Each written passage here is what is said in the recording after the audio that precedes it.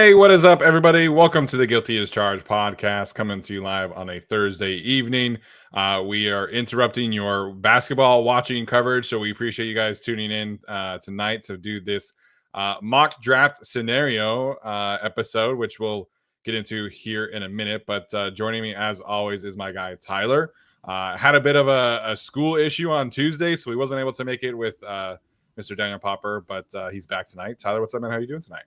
I'm doing very well. I rarely have a bad day at work, but it's great when you have great days. And today was a great day at work because of the week of staying late and students having to stay late to set up for some events that we had going on today. So Tuesday, Wednesday, just teaching, and then there for another 4 or 5 hours just to get some stuff done that needed to get done. And sometimes if you need to get stuff done, you got to do it yourself. And you spend hours doing that. And you know what? It was awesome. And your show, Daniel Popper, obviously doing very well for us as is. Very insightful. I watched like the first 2/3 of it or so. Yeah. Great show. Great to see Daniel Popper on as always. So yeah, it was a good day. How are you? What is this Tony Jefferson, Stephen Hagelin thing going on getting Calais Campbell to the team? I don't know, man. I just started tweeting back at him, like during the season. He sent out a tweet every once in a while. And I asked him last week, like, hey man, like when's the new contract coming down? And then he goes, I don't know. I need to talk to Ed and Joe about it. And then like 2 days later, he signed. And so him and Calais Campbell were like tweeting back and forth today. And I was like, hey man, would love to see Calais Campbell on the Chargers with you. And he was like, I'm going to text him. Let me see what I can do. So listen, man, if Tony Jefferson can get Calais Campbell out here, that would solve a nice little roster spot for this team going forward. Still somehow one of the most productive pass rushers in the league, Calais Campbell, at age 38. He was drafted into the NFL when I was in 7th grade. And he is still like producing at like a very high level. Like obviously not, when he was in Jacksonville and like the tail end of Arizona, like he was like a borderline defensive player of the year candidate. He's not that, but he's still like, I think he gave the Dolphins like 40 pressures and like 20 run stops. So still doing it at age 38, 39 is pretty crazy. Yeah. You feel like, okay, at some point he's going to have to hit a wall or something, right? And sure, again, he's not the same guy, but he would be the leading pass rusher on the Chargers right now. And I wouldn't mind that on a 1-year deal whatsoever. Yeah, I was listening to the NFL Stock Exchange and Bootleg collab mock drafts, and they took Walter Nolan in that particular exercise at pick 22 for the Chargers.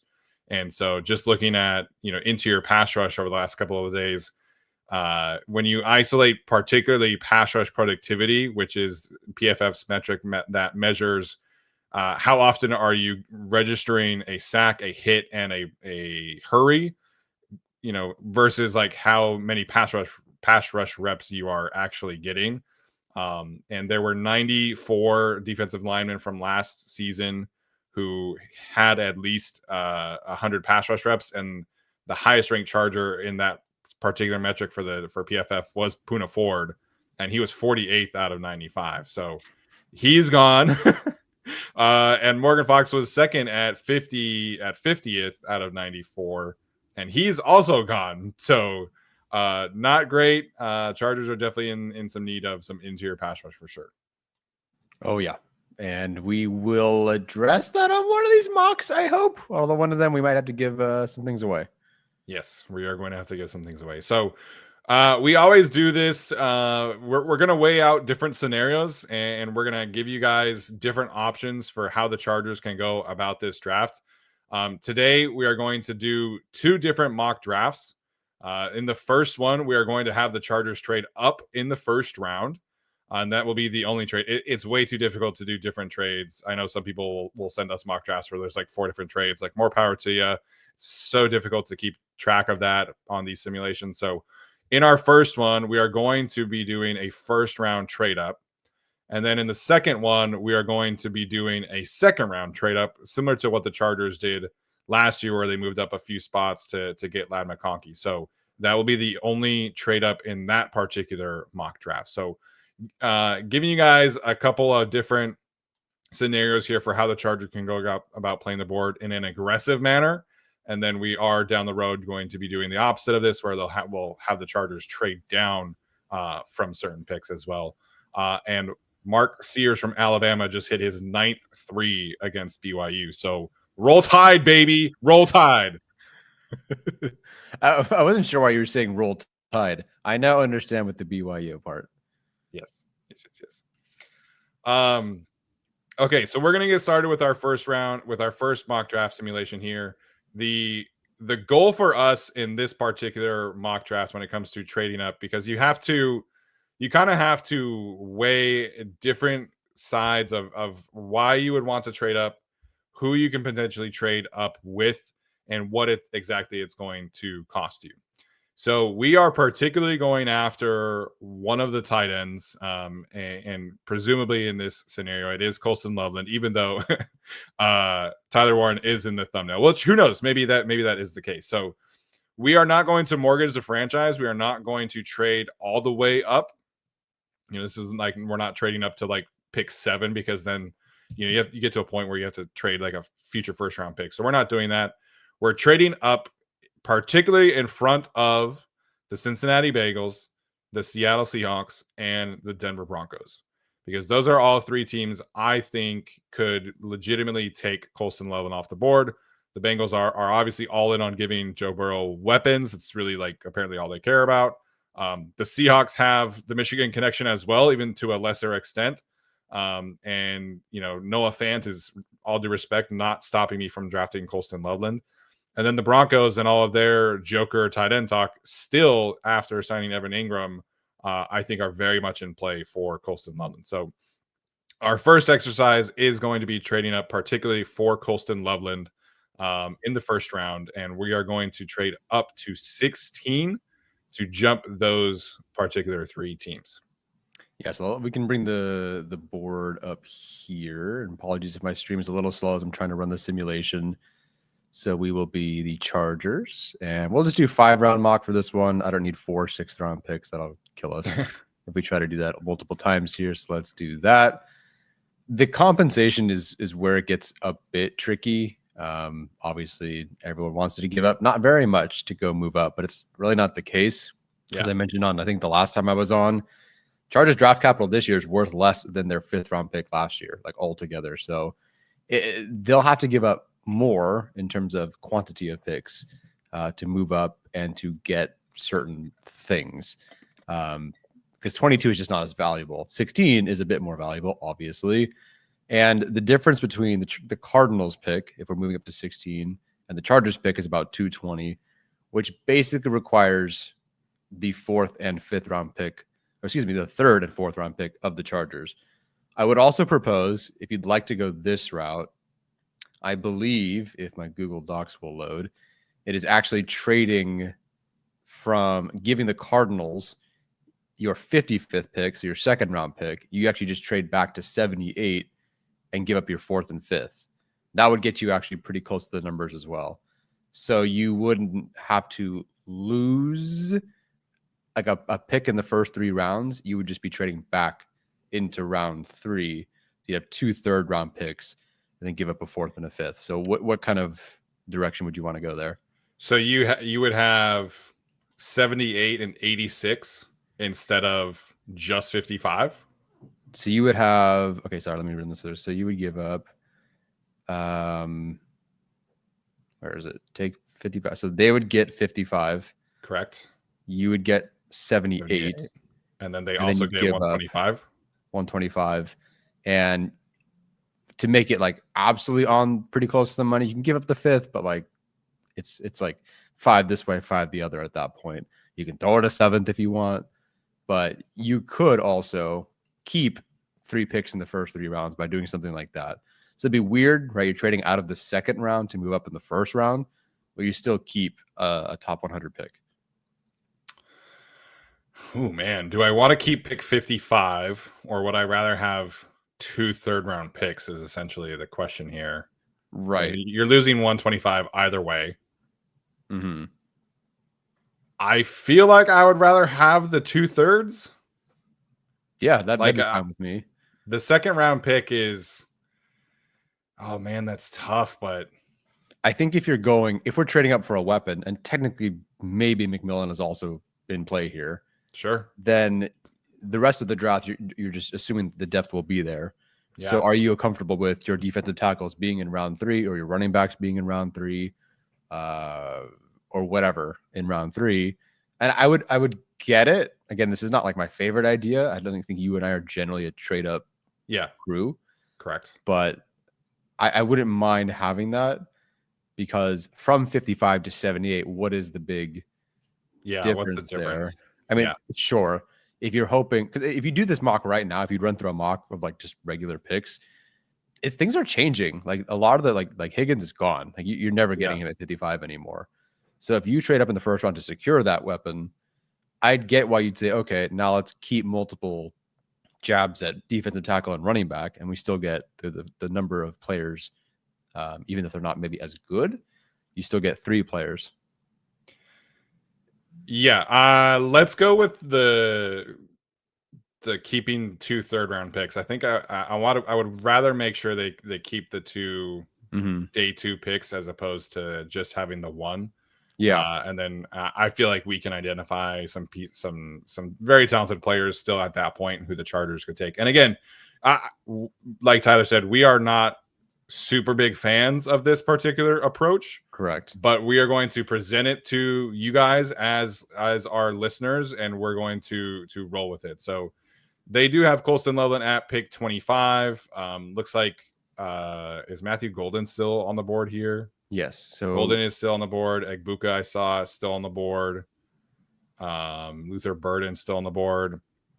Which Burden is like falling out of the first round now, apparently, according to like Brugler and Dana Jeremiah and everything like that. Right. I still think if the Chargers want Colston Loveland, I still think there's a pretty good chance they would have to trade up. And I think we focus in on Loveland being the pick here. So you have Egbuka higher than Burden and Golden, right?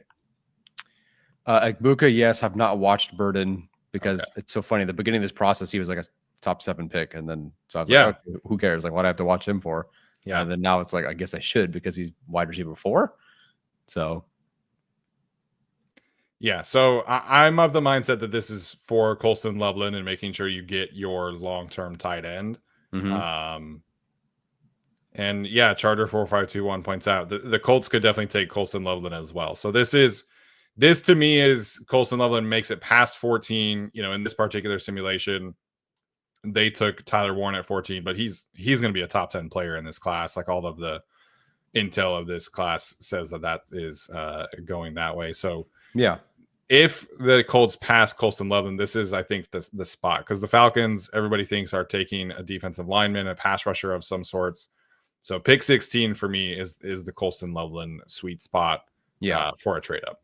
Yeah, unless McMillan falls, you're not trading up for one of these receivers. I think there's too much of a cluster there, including at 55. So I agree. Again, as people are saying in the chat, do I think Ortiz will do this? Probably not. I think, honestly, like Kenneth Grant and some of these guys are maybe what we're talking about for a trade up.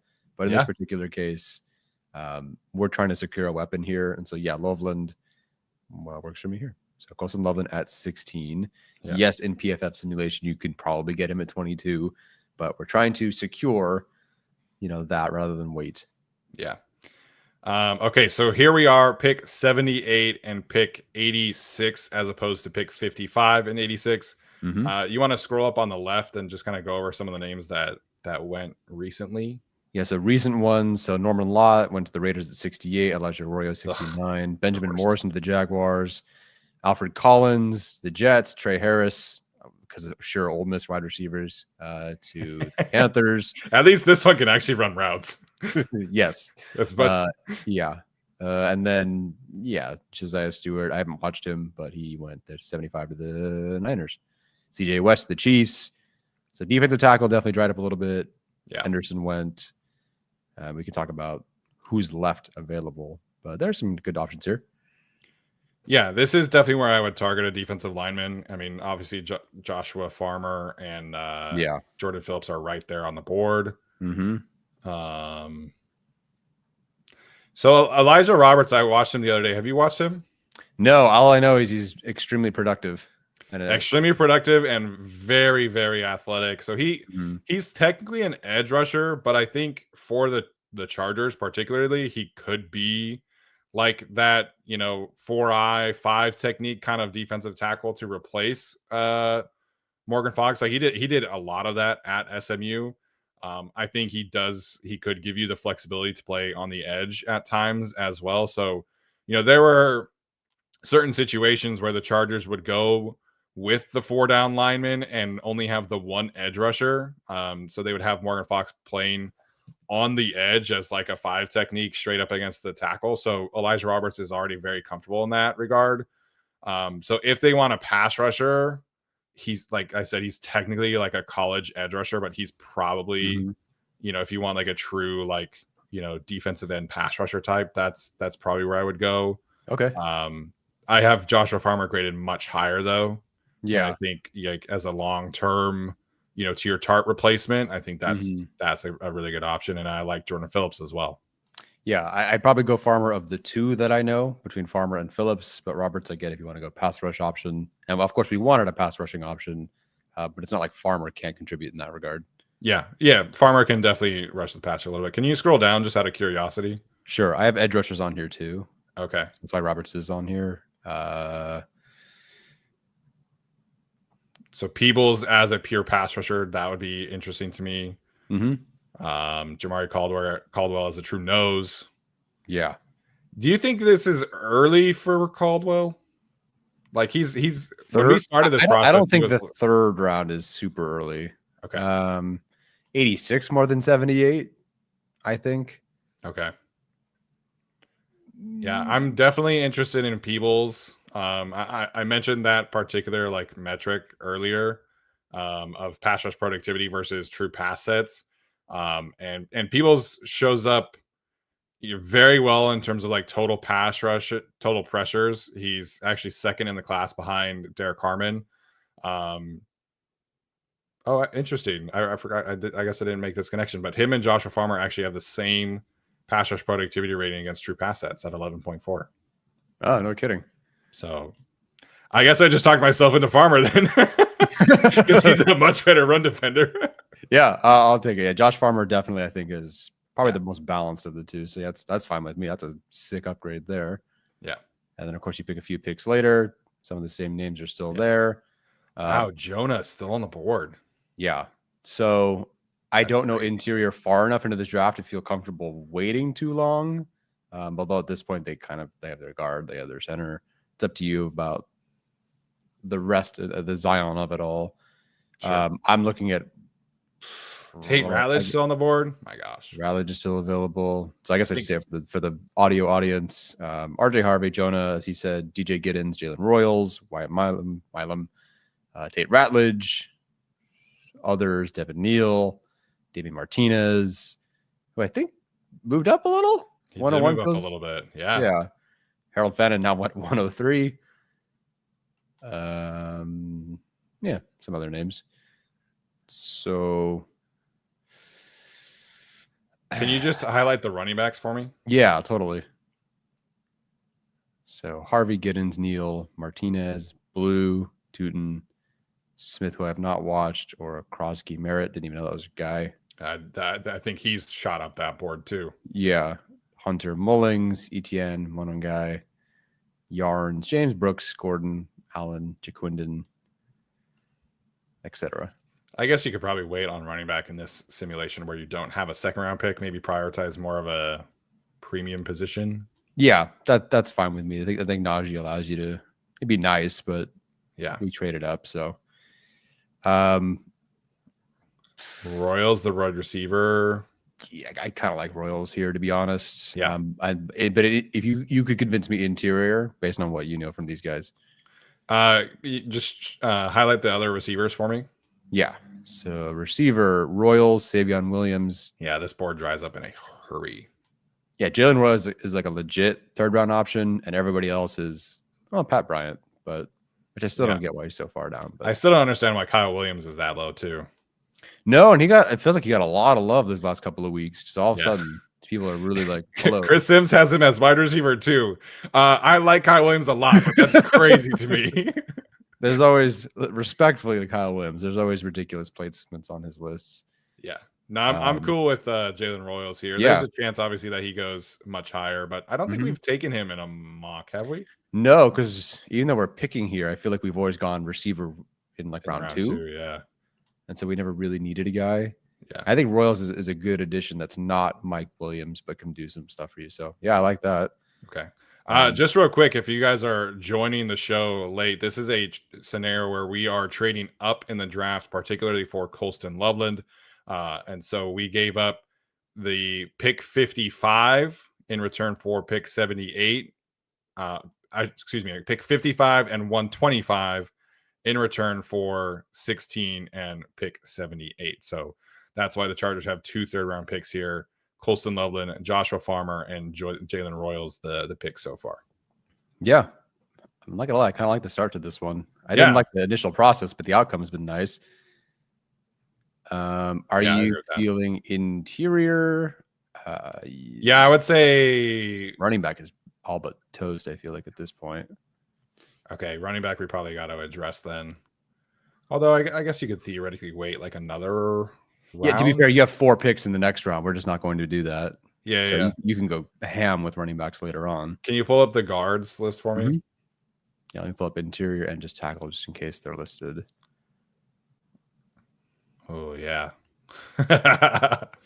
I'm sure Frazier's down here. Frazier's still on here. Yeah, Majors and Frazier are both in the 200s here. Yeah, the PFF is going to give us a shit grade, but I feel like in the 5th round, Miles Frazier should be long gone. Dane Brugler said Miles Frazier is a 3rd-round pick. So there you go. That's based off of like league intel. And obviously Dane Brugler is the best in the business. So in the 5th round, you probably are looking more at like a Jackson Slater type, or maybe you get, your true center of the future. So I think Jackson Slater is more of a realistic option. And also it would be kind of funny to have Slater next to Slater. So I have not watched him for what it's worth. I have not been able to get Sacramento State film on my list. Yeah, so not exactly. it's pretty difficult. I was watching a North Dakota State Central Arkansas game to try and get the Central Arkansas edge rusher. And the first quarter was like 4 plays, and then it was like rest of quarter 1 missing. And I was like, okay, what the heck? That's awesome. Yeah. So I think you, at this point in the 5th round, like you're probably waiting on running back. You're probably better suited to take either like some edge rusher or one of the interior offensive linemen. Yeah, we didn't do corner. I just have not done enough work on corner at this point. And frankly, I don't know. Difficult to say they're done at corner, but 5th round pick versus who they have, I don't think they're beating out any of those guys. Yeah. So okay, interior. Yeah. Let's just do Jackson Slater. Yeah, let's give people new names on here. All right, Jackson Slater, Colston Loveland, obviously a typical one, but okay. I didn't like any of that process, and yet the outcome actually was kind of cool. Yeah, because if you look at it as a 1-2, yeah, of course, yeah, F off. If you look at it as a 1-2-3, so we didn't lose any picks in the first 3 rounds. You secure Loveland, and you still get Farmer, who's awesome, and Royals, who's very good. And at 86, I like Royals. Some people like him earlier. I think 3rd round's beautiful there, and PFF agrees. And then Jackson Slater, who I have not watched and you have not watched, but Slater sounds cool. So yeah, there we go. Yeah, I'm really hopeful I can get some Jackson Slater film at some point. There I don't know how much of a request line there is for Jackson Slater film at Sacramento State, but we'll see what it is. But yeah, I think I still would rather have that extra pick. Yeah. But like we said, if the Chargers want Colston Loveland, I do think there's a pretty good chance that they're gonna have to trade up to go get him. Yeah. And you think this is a guy who can overcompensate for the lack of a 2nd round pick because he's such a good fit.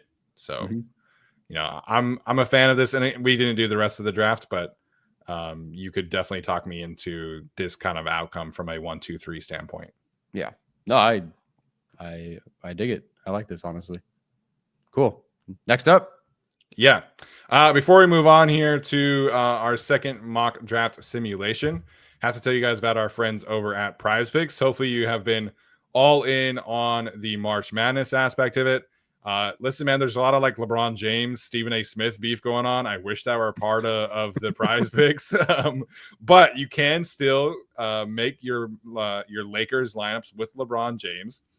As you guys have said in the chat several times today, Major League Baseball has officially kicked off, I think. Somebody said earlier that Shohei Ohtani hit a home run and the Padres won. So that's cool for our listener base. Prize Picks has you covered on all of the daily fantasy, Major League Baseball or NBA or March Madness, whatever floats your guys' boat. Definitely has it covered over at Prize Picks. So you can go to prizepicks.com/guilty, code guilty at checkout for a deposit match up to $50 on your first deposit. And like I said, best and easiest way to consume daily fantasy sports, and it does continue to help support the show. So that is prizepicks.com/guilty, code guilty. All right, so trading up in the second round, I think the Chargers should be able to do again if they really want to. They certainly have the day 3 ammunition to make it work. And I think you trust the Chargers to be able to overcompensate of not having, a 4th round pick. You add an extra 5th round pick, whatever the cost is, we'll get to here in a second, because they have just done that. So the nice thing about trading up in the second round as opposed to up in the first round is that you're not going to be losing a pick. You can simply swap picks and then you make it up. And at that point, you could be moving back up into the 4th round kind of deal. So you can definitely be a little bit more flexible from a perspective from a total draft pick perspective, I should say. And so we're going to do a trade up in the second round here next. Okay, so I'll play the mock through the first round and I'll try to pause it because we haven't really decided on where we're trading up to. I guess going into it, I'll stop it when the Chargers pick, and then we can talk about it, I guess, because that'll determine what we do, I suppose. So I'll start the draft. I have it a little slower through the simulation so we can pause it at the right time. Yeah, so we could orchestrate the trade now here at pick 22, or are you able to pause it like after the Chargers pick? I can pause it after they pick as soon as I find where the heck the pause button is. I'm guessing if I hit draft, eventually it'll show me the pause button. Or like we can orchestrate it now just to say whatever. I think we just probably want to orchestrate it now and then just like hope that our target is there, maybe. Yeah, that sounds good. Or at least, okay, so let's look at what we're doing at 16, what we would do here at 22, excuse me, and then figure out how far we're trading up. So Kenneth Grant is here. Agbuka is here. Loveland is here. Derek Harmon, Greg Zabel, Scorton, these guys, like they're all here. So there are still good options here. Is Kenneth Grant too boring? Not to me. I'm racing to Green Bay to send that one in. So yeah, Isaac asking about Mike Green. Yeah, I don't think there's really a way that this is happening. He tested like an absolute freak at his pro day. He's extremely productive, so he should go higher. There are obviously the character concerns that he is going to have to answer for, with these teams who are interviewing him, things like that. I feel confident in saying that even if he were on the board, the Chargers would not take him. Yeah. Just given everything we know about how the organization has traditionally handled stuff like that. They're not afraid now. Like, I think the team now, like, they'll take a guy who, doesn't quote unquote love football, or like maybe he's just kind of like a, not super friendly guy, like stuff like that. But when you're investing a true, like, this is somebody who you want to be a franchise cornerstone kind of player. The Chargers are going to steer towards players who they know are like standout, leaders in the community, leaders on their team, stuff like that. And again, harkening back to that Call Mock series, EJ Snyder was at the Oregon Pro Day and heard the Oregon Duck, everybody who's draft eligible everybody who was at the Oregon Pro Day just completely raves about Derek Harmon, the person, the leader, what he was able to do, coming over from Michigan State, I believe, and just truly immerse himself into the program. Like that guy from a leadership standpoint, I think would make a lot of sense. And we've talked about him a lot. We're both big fans of his. Totally. He led the class in total pressures. Yep. Second in the class in pass rush efficiency rating. Pass rush win rate numbers are fantastic. The film's great. If you wanted to go more of a pass rushing type, I'm not opposed. Kenneth Grant obviously has the familiarity, but we've done that mock a few times. Yeah. So for the sake of pass rush and being a little different, if you want to do Derek Harmon, I'm a-okay with that. Yeah. At pick 22 is more than okay for me. Yeah, that sounds good to me. One of your, I think your or both of our non-negotiables was to draft a pass rushing defensive tackle and then double dip at that position as well. So in this case, you're going with a pass rusher. So later we can go after maybe more of a run stopping type, which they kind of have addressed in free agency. Yeah. Okay. So in this case, which I figured we'd kind of lean this direction, like defense right here, if we were doing Loveland earlier.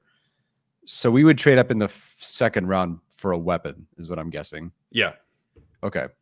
So where do you think, how far would they have to trade up? So if you're looking at the board, like the teams that will need a receiver, TBD on how much they want to invest, but like Tennessee could go that route. Jacksonville could go that route. Yeah. The Raiders could go that route. New England could go that route. So you might, if you really want a guy, have to trade up to 34. That's a pretty big jump. Yes. If you want to trade ahead of like the usual suspects that we just did. So like Seattle, Denver, Seattle again. You could trade like Cincinnati at 49 because they're not taking a receiver, I don't think. Like Miami's not going to take a receiver. So you could do Arizona again at pick 47. Yeah, I think you're probably targeting that area. I think all the way up to 34 is probably too rich for me because that's definitely losing your third round pick outright, I would say. Yeah, unless we do something creative, it's your third and fourth. Yeah. Yeah, so let's do the Cardinals again, just for the sake of continuity, I guess. Sure. Okay, so that's 80. So you'd give up like fourth and fifth, throw in some change for one of your sixth rounds, and we should be fine. You can also, again, we can make all sorts of things happen so you don't lose as many picks. But for the sake of it all, okay, let's trade with the Cardinals, who are, what the heck are you? 47. So we're going to trade up, even though we would normally wait until day 2. For the sake of all this, we're going to do this now just in case. And so we'd give up, what was it again? Oh, man, you lost me. You're good. So we're moving up 350 to, so we need 80 points. We give up like 4th round, 5th round, and some change. So give up 125, 158. And then do you get a pick back or? Nah, no shot. Technically, we're still under the pick value. So you could give them, it's not by much. So, okay, you're behind 160. No, sorry, 111. What if you did 80? What if? So what if you give the 4th and 5th. One more time. What if you use pick 86? Can you do 86 for like 115 or 152? Oh, go get theirs.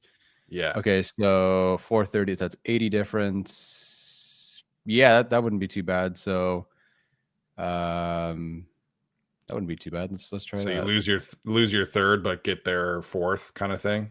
Yeah. Okay, so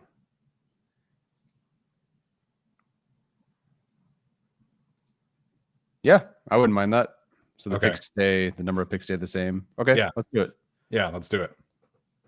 Force the trade. Okay, now let's draft. Let's draft Derek Harmon. And pray that somebody falls. If a receiver doesn't fall to 47, that's a little awkward. All the receivers just go. Yeah, they do. Come on. Oh, Higgins right before. No. To the frickin' Falcons. That is so Well, there's not a single receiver available, which is really cool. We traded up for Landon Jackson, everybody. yeah, we're doubling down on defense. Let's go. Wow, Cam Scadu up to 51. All right. All right. Where's Henderson in this? Is he down further? I think Henderson Did he go? went.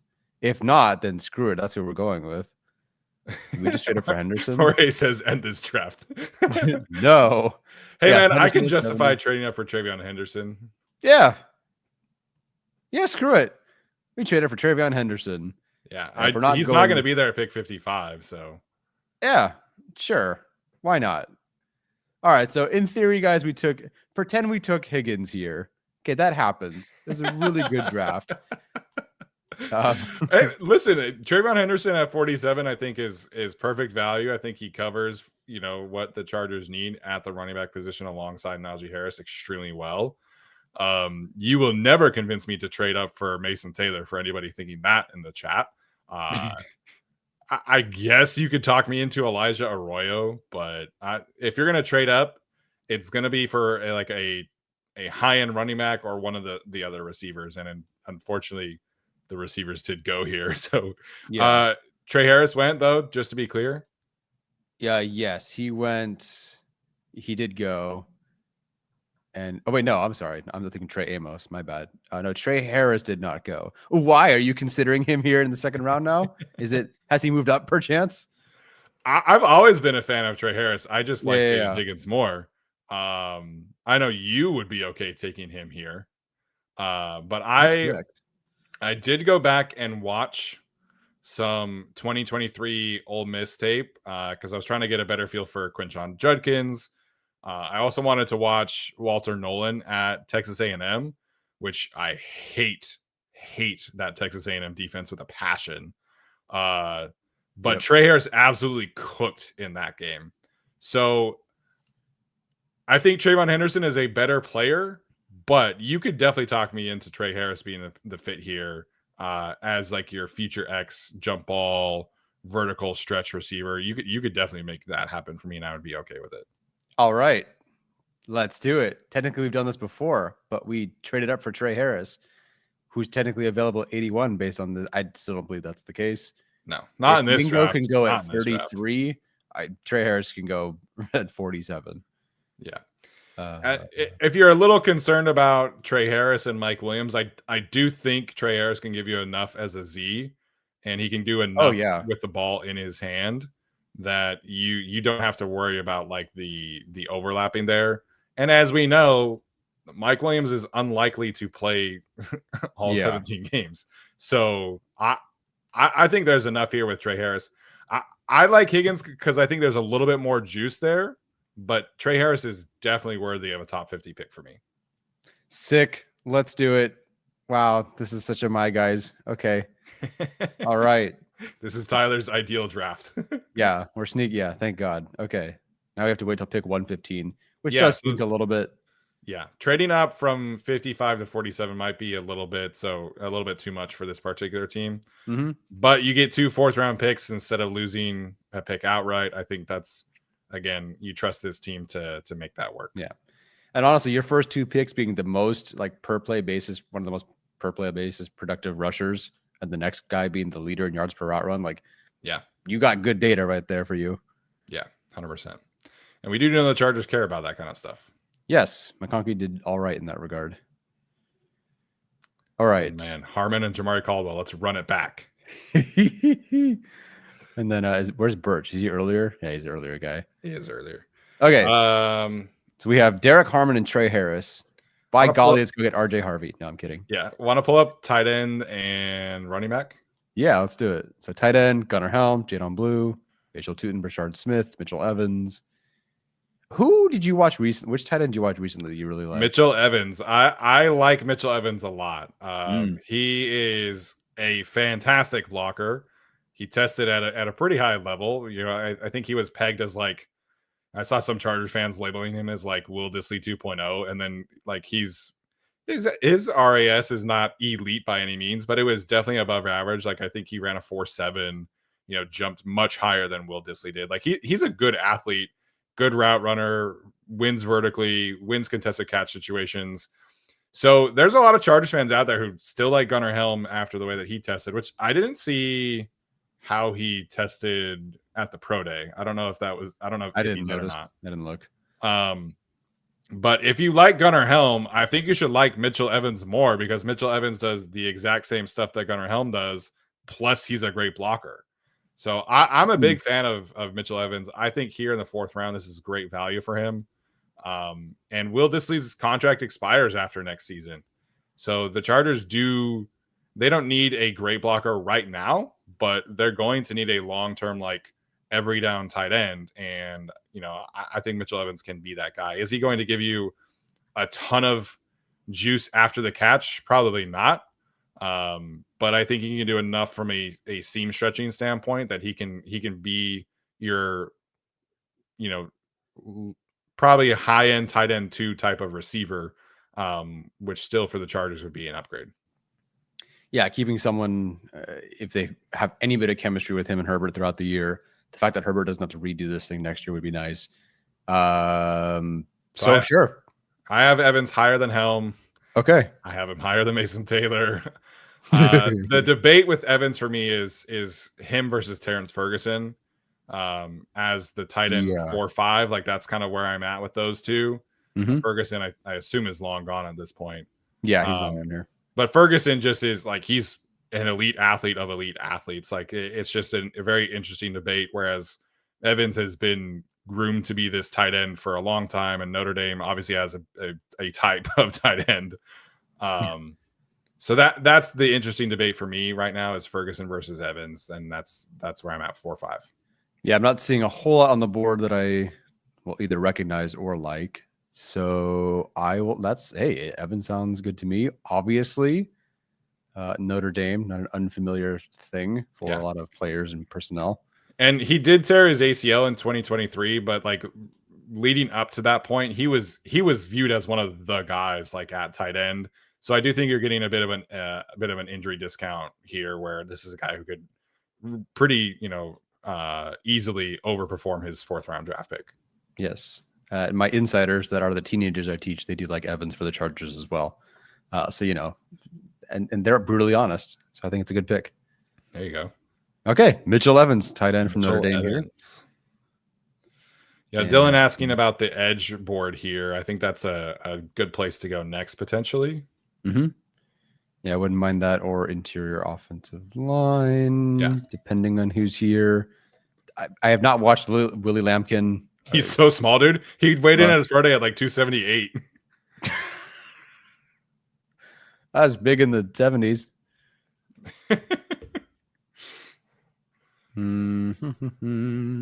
Again, I think you're going to be looking at a similar list of interior offensive linemen. Yeah. So edges, your guess is better than mine when it comes to these guys. Yeah. Was there not a Fadil Diggs in like 2 drafts ago? Or am I crazy? I'm not sure, but I have not watched him. I know he was like a very highly recruited player who was also at Texas A&M and then transferred. So there's that. Sorry, I didn't see. Savion Jones is fun. Gives you a little bit more physicality than some of these other guys, but also a good athlete. I assume the UCLA kid went much earlier. Yes. Yeah. They are hosting Ahmad Hassanin from Boise State, but he's more of a power rusher. He's not really like a speed rusher that I think the Chargers need. Gotcha. Yeah. So the edge rusher I would take here would be Savion Jones. Okay. Let's do it. Let's do Savion Jones here. Okay. We do remember that defense is the thing, and I'm happy. Yes. Hopefully he'll play some special teams. We have a 5th round pick. Hopefully. Okay, so we're at pick 158 next here. Again, this is a trade up in the 2nd round. Kyle Williams is still here? What the heck? I keep forgetting he's even like an option because he's so far down. Which makes no sense to me at all. No. I don't know if it's Fedone. Have you watched Thomas Fedone yet? I have not. He is on my list, though. He tested like a freak. Yep. I don't know who he bribed for that RAS. Yeah, there's a lot of injury concern there. I know, like he turns like the Titanic. Yeah. Okay. Cool. Enjoy watching that one. Yeah. I could not. His chop and like cut. I was like, all right. Never mind. I don't know where the RAS came from. Do you want to look at corners? Maybe somebody asking about Yeah. that. Yeah. Wait, Yeah. have we taken a running back? No. Okay, we definitely need a running back then. Okay. So we have Harmon, Trey Harris, Mitchell Evans, and Savion Jones. I like that. All right. Despite me, I think watching 15 different running backs, I still don't know half of the ones that are here. Jaquindon again is the troll from The Hobbit. Lakeem Talon, a good pass catcher that Greg Roman will never use. Raheem Sanders, Alex mentioned him today. I do like Raheem Sanders. I think he's just like, well, back when Ollie Gordon was getting legit like 1-2 round hype, I was like, oh, I just get Raheem Sanders later. It's just a bigger guy. So Sanders is bigger. Yeah, Sanders is a big running back. You know, Trevor Etienne is, again, more of the pass catcher speed type. I think getting him here in the 5th round is good value. Mm-hmm. I have not watched the Rutgers running back yet. There's so many running backs in this draft class. Too many, it's tough to get to all of them. Yeah. Jordan James would be my highest graded running back here available. Okay. But him and Najee, it is a little redundant. Neither of them are really like speed guys. So I do think the Chargers do need some kind of juice. So have you watched Marcus Yarns or was that something I've else? watched like 2 games of his, and it was just mostly a receiving fare. As a runner, didn't give a whole lot there. But as a receiver, I think he's just like the most productive receiver in this class. So I'd be down for that. I would be down for that as well. I know Trevor Etienne is fast and can catch the ball too. He's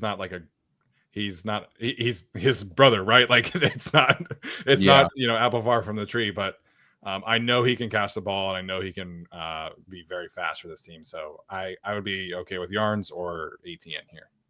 Yeah. I think, let me look at the grades actually, because I actually might have liked Lakeem Allen as a player better.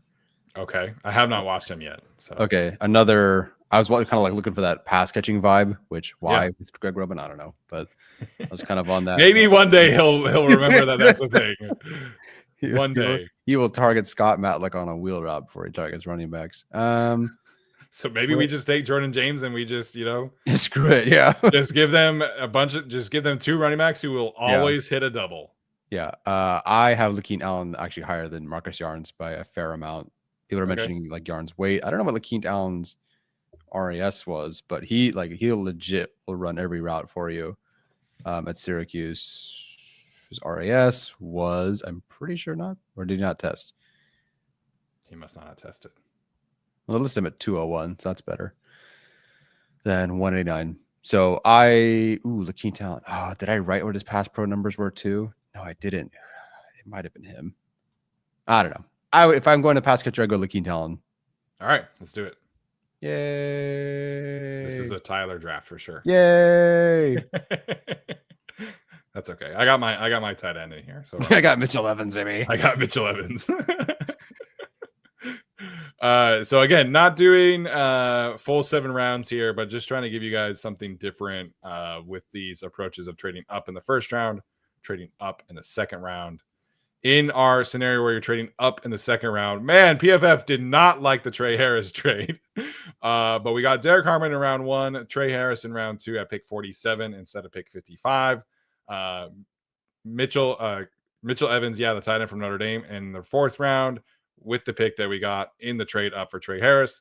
Savion Jones, the edge rusher from LSU, at pick 125. And then Lakeem Allen, who gave us an F for some reason at pick 158. So again, the Chargers in this scenario would have 4 more 6th-round picks and 2 7th-round picks to round this draft out. But I think this kind of shows you the process of where you can get some value of trading up or trading down. Yeah. And to be fair, we could have just waited on somebody like Lakeem Talon in the 6th round. We just don't have one in this scenario. Yeah. So yeah, I think this is kind of fun. I mean, Harmon, great pass rusher. Harris, very efficient receiver. I like receiver a lot. A lot of pass rush or throwing passes here, and that's okay with me. Yeah, interior offensive line, definitely a concern in this particular draft, but they've done a good enough job where I'm okay if they don't get one in the first 3 rounds. I think they can, find some value on day 3 and see what this coaching staff can produce. And For what it's worth, Mike Devlin has been active on the pro day circuit. I've seen him at least at Boston College. And I want to say he was somewhere else, one of the SEC pro days today. I can't remember which one, but he is out and about. Cool. All right, you guys. Well, let us know here in the chat. We probably could do a poll on YouTube in our community tab and see what you guys shake out. But let us know in the comments what your thoughts are about those two particular mock drafts. I think it's always good to weigh out different scenarios. I kind of prefer the first one, but I could be talked into either one, honestly.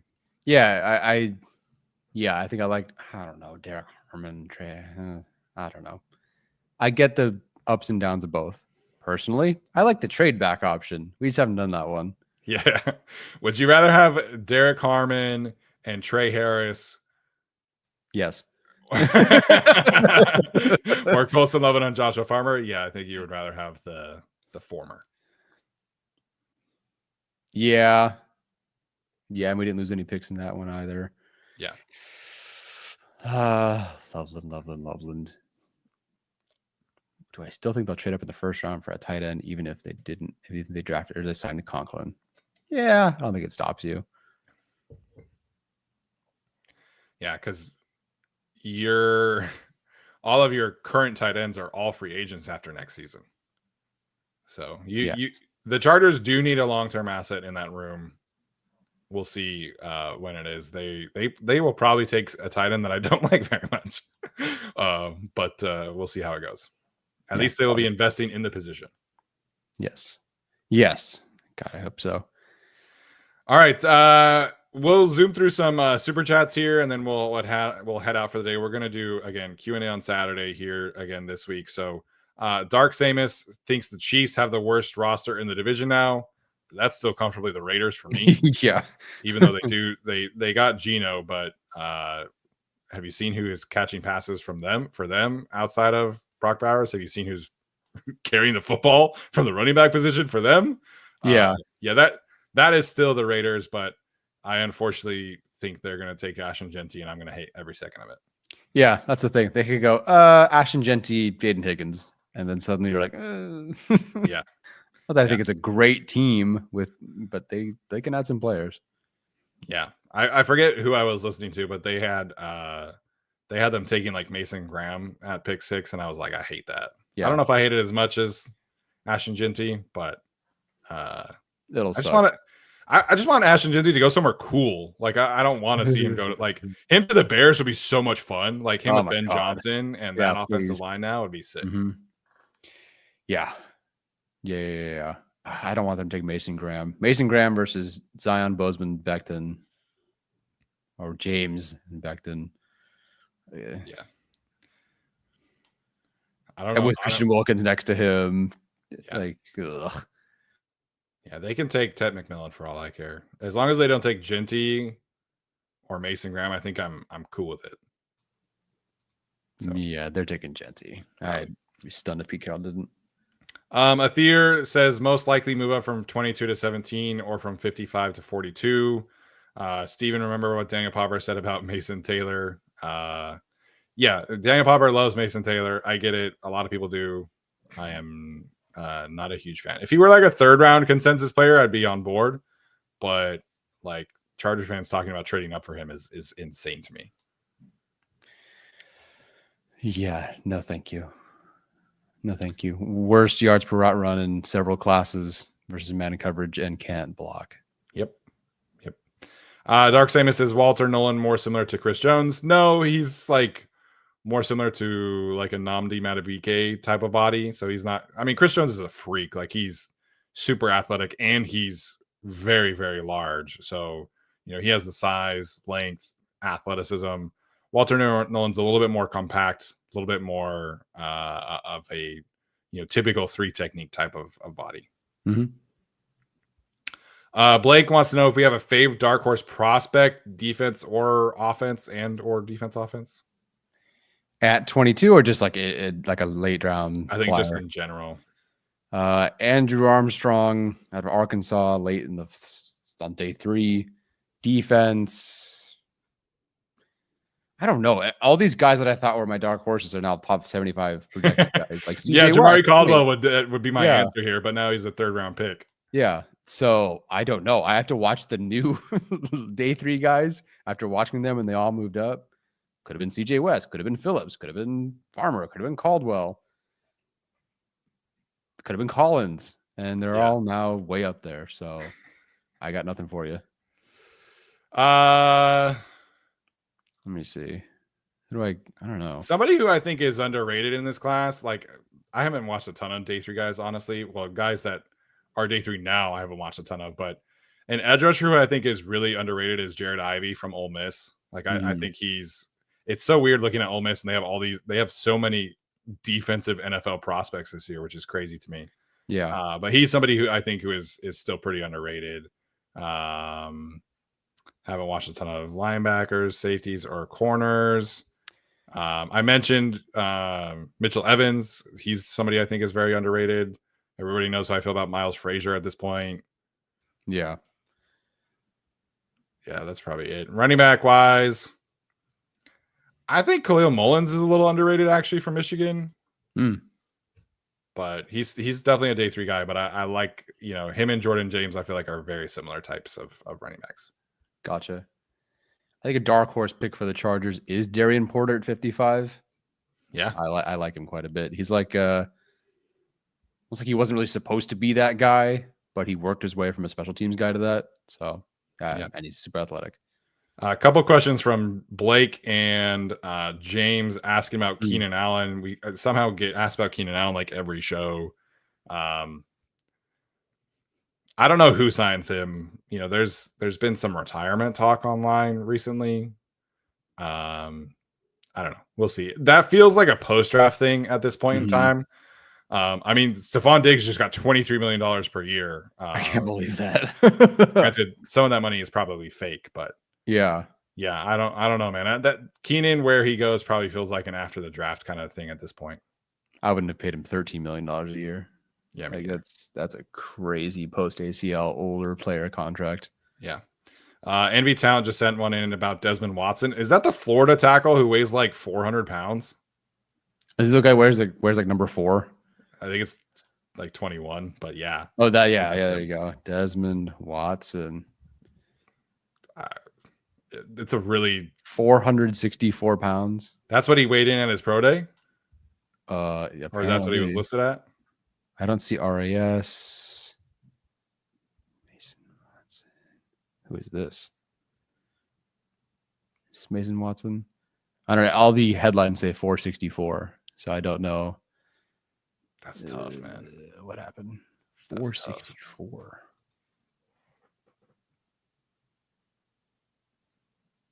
I think you're frozen a little bit, Tyler. Yep. Okay. Hold on. Sorry. Literally slow. Thanks to the I haven't watched. I don't think I will be getting to that deep of a draft prospect at this point in time. So he's very big. All right, guys, that is going to do it for us tonight. We will be back on Saturday for a Q&A, and then we are, again, doing some more draft scenario shows here next week, and we will have you covered in every which way possible leading up to the draft, which I think is 28 days away from today, which is kind of crazy. All right, this has been another episode of the Guilty as Charged podcast. Thanks so much for tuning in. We'll see you next time. As always, bolt up.